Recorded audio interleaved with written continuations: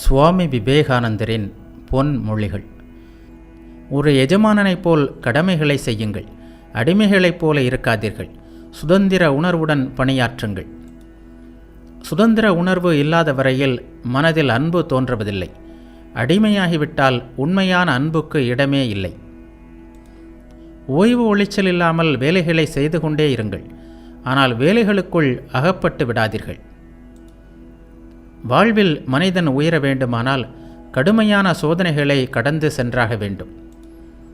செல்வம் பெருகியுள்ள காலத்தில்தான் ஒருவனுக்கு பணிவு தேவை. அதே சமயம் வறுமையுற்ற காலத்தில் மனிதனுக்கு துணிவு அவசியம். துன்பமற்ற இன்பமும் தீமையற்ற நன்மையும் அடைவது என்பது இயலாத ஒன்று. எந்த செயலிலும் இன்பம் துன்பம் இரண்டும் கலந்தே இருக்கிறது. பணம் மட்டுமே வாழ்க்கை அல்ல. பணத்தை தவிர நாம் பிறருக்கு செய்யும் நன்மையும் தெய்வ பக்தியும் நம் மனதில் ஆற்றலை பெருக செய்பவைதான். மற்றவர்களின் உதவியை எதிர்பார்த்து நடப்பவன் சத்தியத்தை பின்பற்ற முடியாது. அரிய செயல்கள் பெரிய உழைப்பின்றி ஒருபோதும் முடிந்ததில்லை. காலமெல்லாம் உலகம் இதுவரையிலும் பெற்று வந்திருக்கும் அறிவு முழுவதும் மனதிலிருந்துதான் வந்திருக்கிறது. பிரபஞ்சத்தில் உள்ள அறிவு முழுவதும் நிரம்பிய மிகப்பெரிய நூல் நிலையம் உன்னுடைய உள்ளத்திலேயே அடங்கியிருக்கிறது.